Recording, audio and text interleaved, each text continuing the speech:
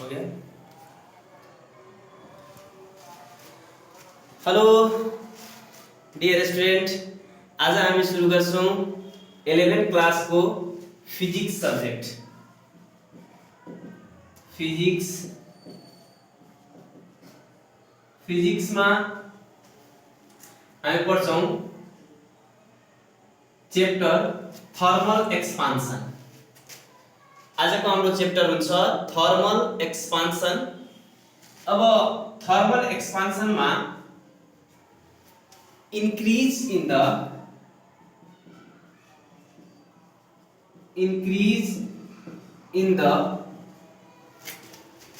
size, length, volume of any object by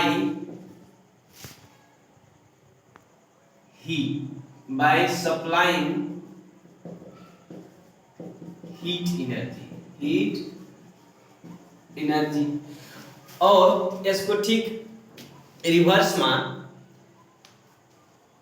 size, length yeah volume decrease हुने जब heat लाई loss गर्छ, छोड्ने गर्छ। कुनै सबस्टान्स, हामी एक्जाम्पल लिन्छौं, एउटा मटेरियल हो यो, जब यसमा हीट सप्लाई गरिन्छ भने after the supplying of heat, its volume, its length or its area is increases। यसरी कुनै वस्तुमा हीट दिएर त्यसको आयतनमा बढौती हुने जुन घटना छ त्यसैलाई थर्मल एक्सपान्सन भनिन्छ। थर्मो भनेको हीट, एक्सपान्सन भनेको इन्क्रीज। अर्थात हीट दिएर कुनै वस्तुको आकारमा, त्यसका आयतनमा, त्यसको भोल्युममा, लेन्थमा इन्क्रीज हुन्छ भने, बढाउँदा हुन्छ भने त्यस्तै घटनालाई थर्मल एक्सपान्सन भनिन्छ। अब हामी एउटा रिजनिङ क्वेशन गरौँ कि हीट दिएपछि किन लेन्थ इन्क्रीज हुन्छ, किन भोल्युम इन्क्रीज हुन्छ, यसको कुरा। Why heat increase the volume of any material. हामीलाई थाहा छ कि हरेक वस्तुमा एटम हुन्छ, मोलेकुल्स हुन्छ, र जसरी हीट सप्लाई गर्छौं त्यसरी नै मोलेकुलको काइनेटिक एनर्जी बढेर जान्छ। मोलेकुल जुन मटेरियल भित्र छ त्यसका के हुन्छ, काइनेटिक एनर्जी बढेर जान्छ, र यसरी काइनेटिक एनर्जी बढ्दा हर एक मोलेकुल अरु भन्दा टाढा हुन खोज्छ। के हुन खोज्छ? टाढिन खोज्छ, र यसै घटनाले गर्दा त्यो मटेरियलको shape बढिन्छ। It means when we supply some amount of heat energy to the material, then the kinetic energy of molecule present in that material is increases, and it increase the length of material। बुझ्नु भएको होला हैन? किन heat दिएपछि कुनै वस्तुको length किन बढ्ने गर्छ, त्यसको आकार किन बढ्छ, यो क्वेशनको मैले जवाफ दिए। तर हामीले 11 क्लासमा पढ्नु पर्ने फिजिक्समा मेन कुरो हो एक्सपान्सन 3 किसिमको हुन्छ। Type of thermal expansion. अब एउटा मात्र लेन्थमा बढाउती हुने, इंक्रीज इन लेंथ, मात्र के होने, इंक्रीज इन लेंथ। यस्तो घटनालाई लिनियर एक्सपान्सन भन्छ। के भन्छ?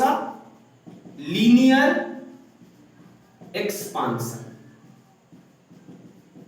अर्को हो कि लेंथ मात्र नबढेर एरिया बढ्ने, जस्तै हिट सप्लाई गरे र हिट सप्लाई गरिसकेपछि यसको केही पहिला भन्दा एरिया बढ्यो, पहिला भन्दा के भयो एरिया बढ्यो भने एरिया बढ्नुलाई सुपरफिशियल एक्सपान्सन भन्छ। Increase in area of material लाई के भन्छ सुपरफिशियल एक्सपान्सन, सुपरफिशियल एक्सपान्सन। अनि त्यस्तै भोल्युम बढ्नुलाई जब कुनै मटेरियलको भोल्युम बढिहाल्छ भने भोल्युमको एक्सपान्सनलाई अर्थात् 3 डाइमेन्सनल एक्सपान्सन जुन छ लेन्थ ब्रेथ हाइट तीनटैमा जब एक्सपान्सन आउँछ भने यस्तोलाई भन्छ क्युबिकल एक्सपान्सन। अर्थात् नोट गर्नु होला तपाईहरु कापीमा increase in volume is called cubical expansion, cubical expansion. बुझ्नु भएको होला हैन? मैंने के बताया आजको टपिक हो हाम्रो थर्मल एक्सपान्सन। थर्मल एक्सपान्सन भनेको हिट सप्लाई गरिसकेपछि कुनै वस्तुको आकार प्रकार भोल्युम लम्बाई चौडाइमा जुन बढावती हुन्छ त्यो किन काइनेटिक एनर्जी मोलेकुलको बढेर जुन बढावता हुन्छ त्यसलाई थर्मल एक्सपान्सन भनिन्छ। यो 3 किसिमको हुन्छ, लिनियर एक्सपान्सन, सुपरफिशियल एक्सपान्सन र क्युबिकल एक्सपान्सन हुन्छ। अब यसैमा हामीले 11 को फिजिक्समा दिए अनुसार सिलेबस अनुसार पहिला लिनियर एक्सपान्सन र कोएफिसिएन्ट अफ लिनियर एक्सपान्सन पढ्नु पर्ने छ र त्यसको डेरिभेसन गर्नु पर्ने छ। उतातिर हामी लागौं।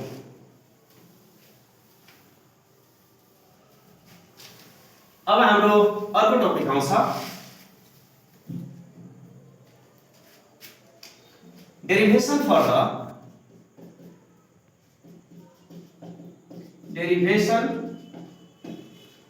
the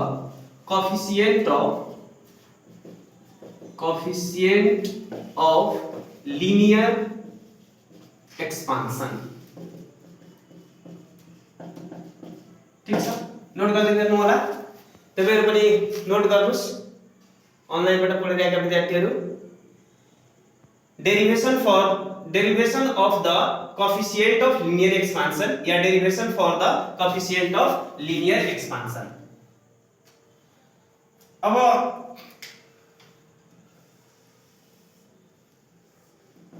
सपोज गर कि यो एउटा मेटालिक रड हो,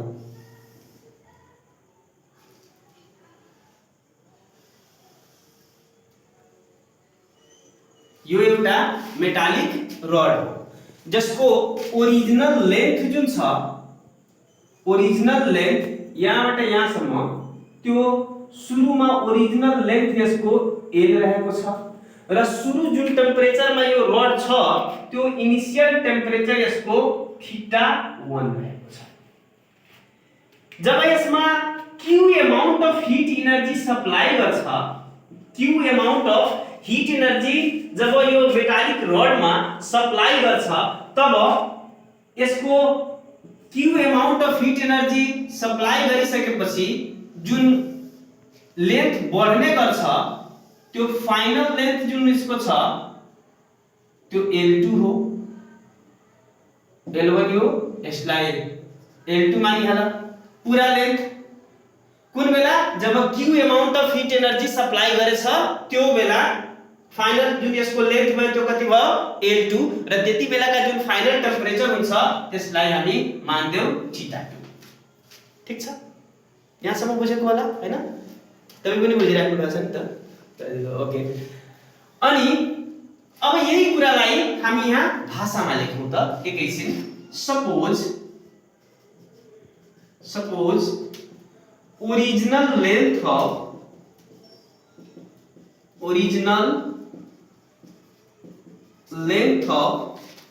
metallic rod is equal to L। initial temperature of that rod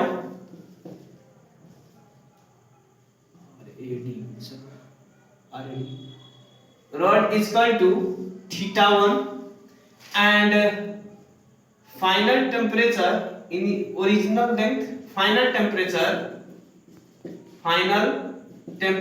of that rod is equal to θ2 and final length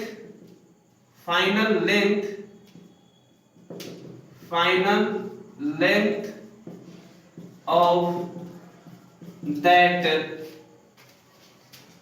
rod after the supplying of Q amount of heat energy is equal to L2. यदि सब note गर्नुहोस् त सबैजना, मसँगै लेख्ने बेलामै note गर्नु होला, भइहालेको होला। अब त्यसो भए यहाँ हेर त, अब चेन्ज इन टेम्परेचर कति आयो? नाउ चेन्ज इन टेम्परेचर यो रेड वाला देखिरहेछ कि ब्ल्याक नि राम्रो हो, रेड देखिरहेछ कि? Change in temperature del theta is equal to higher temperature theta 2 minus lower temperature theta 1। जस्तै कुनै कसैले 25 रुपैयाँबाट बढाएर 30 रुपैयाँ पुर्याइहाल्यो भने कतिले बढ्यो? हामी यसरी निकाल्छौं, 30 माइनस 25 गरेर 5 रुपैयाँले बढेको त्यसको पैसा भने बुझ्छौं, अर्थात हायर माइनस लोअर भ्यालु गर्छौं। त्यस्तै यहाँ हामी के गर्छौं? चेन्ज इन टेम्परेचर निकाल्नलाई हायर टेम्परेचर को छ थीटा 2, लोअर टेम्परेचर थीटा, त्यसैले थीटा 2 माइनस थीटा 1 गर्छौं। त्यसरी नै चेन्ज इन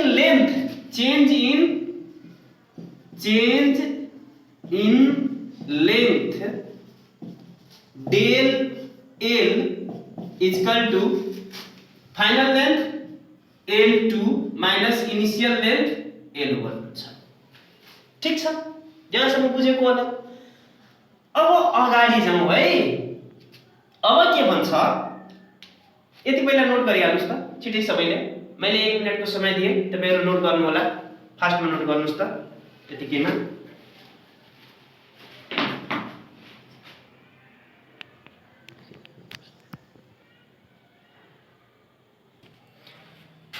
अनि अब हामीले यहाँबाट डेरिभेसन स्टार्ट गर्नु पर्यो। यो त के कुरा छ त्यही हामी मात्र लेखेका छौं। अब डेरिभेसनमा हामी एक्सपेरिमेन्टली कुरा गर्छौं। एक्सपेरिमेन्टली नाउ यहाँ लेखिदेऊ, now experimentally it is found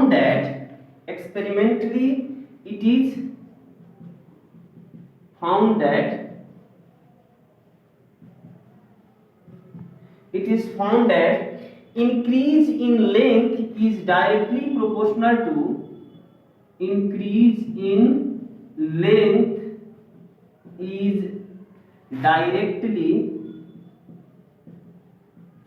proportional to change in temperature or raise in temperature पनि लेख्न सकिन्छ यहाँ, raise in temperature। अब भन त increase in length के हो? del L हैन। सो त्यसैले del L is equal to के हुन्छ? सरी इज इक्वल टु हैन, directly proportional. del L is proportional to del theta. यसलाई हामीले इक्वेसन 1 मानिदेऊ। मानौं। एन्ड फेरि again increase in length del L is directly proportional to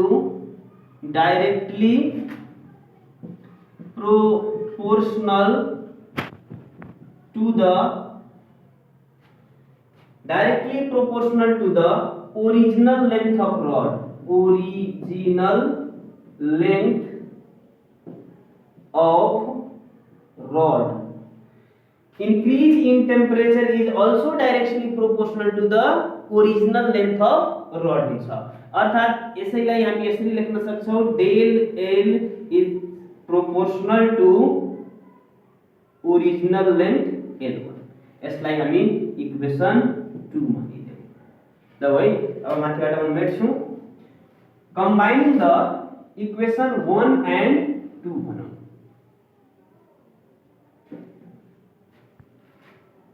now by combining the equation 1 and 2 we get के हुन्छ हामी combine गर्यो भने यो दुवै इक्वेशनलाई कम्बाइन गर्यो भने del L is proportional to del theta into original length L1 ठीक छ। और यहाँ प्रोपोर्शनालिटी हटेपछि एउटा सिम्बल आउँछ del L is equal to alpha del theta into del L where alpha is called where alpha is a proportionality constant called coefficient of linear expansion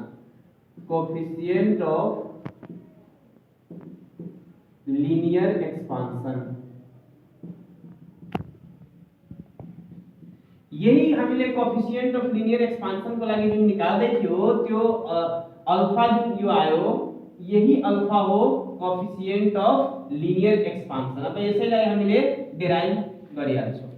अब जस्तै coefficient of linear expansion निकाल्नु पर्यो यहाँबाट भने कसरी निकाल्ने alpha equal to यो change in length divide by के हुन्छ यति पार्ट त यता साइडमा आयो हैन यो पार्ट हामीलाई निकाल्नु छ त यसलाई यो दुवैले डिवाइड गर्छ हैन अनि हुन्छ del L by del theta into L1 original length यो रह्यो required expression for the coefficient of linear expansion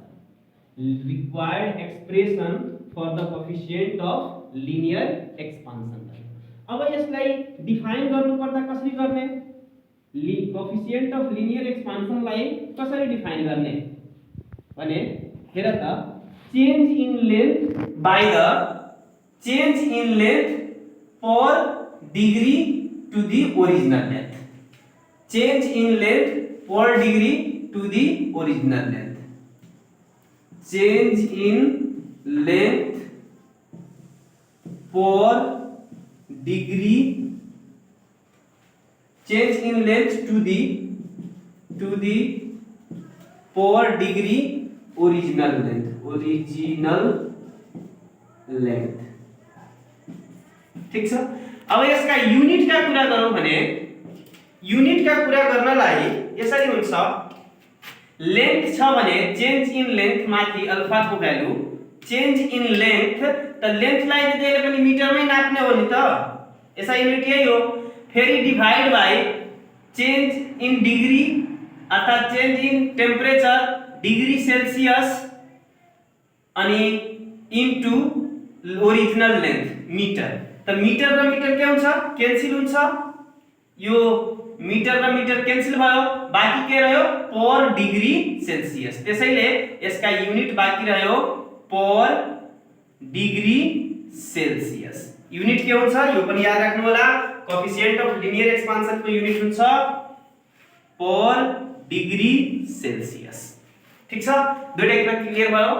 अब फेरि यसलाई हामीले इक्वेशन 3 मान्दिनुस् दुईटा इक्वेशन त उता भइहालेको थियो यो इक्वेशन 3 भयो from equation 3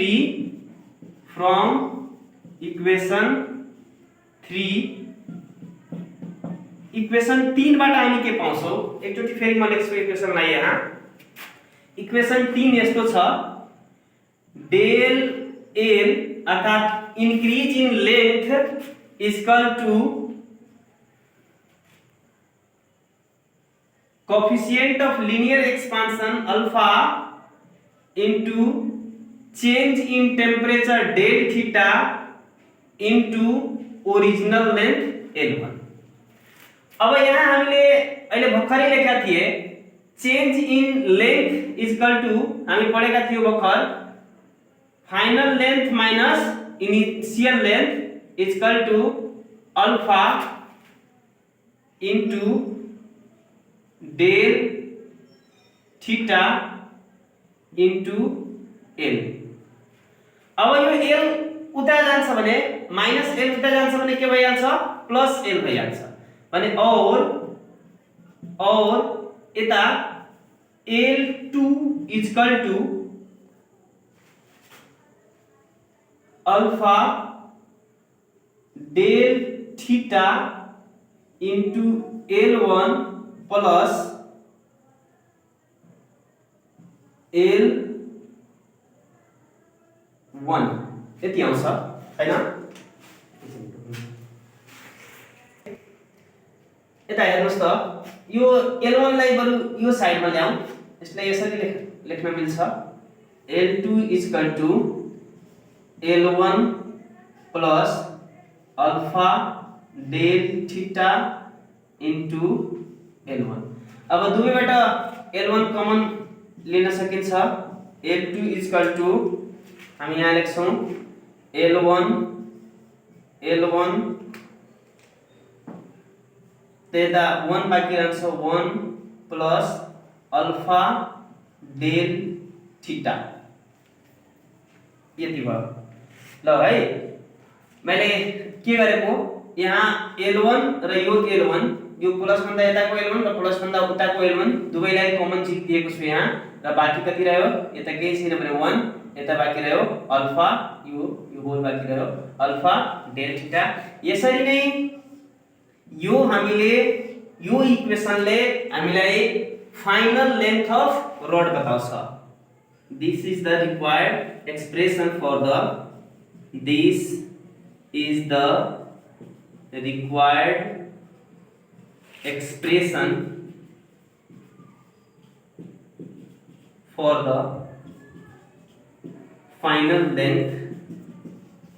final length of wire। ठीक छ साथीहरु, आजको भिडियोमा मैले लिनियर एक्सपान्सन र लिनियर एक्सपान्सन को कोएफिसिएन्ट कसरी निकाल्ने, त्यो लिनियर एक्सपान्सन को कोएफिसिएन्टलाई डिफाइन कसरी गर्ने, लिनियर एक्सपान्सन को कोएफिसिएन्ट को फर्मुला कति हुन्छ, फाइनल लेन्थ निकाल्ने फर्मुला कति हुन्छ र कोएफिसिएन्ट अफ लिनियर एक्सपान्सन को युनिट के हुन्छ, यति कुराहरुलाई मैले बताए। भोलि फेरि यही टाइममा अर्को क्लास लिएर आउँछु।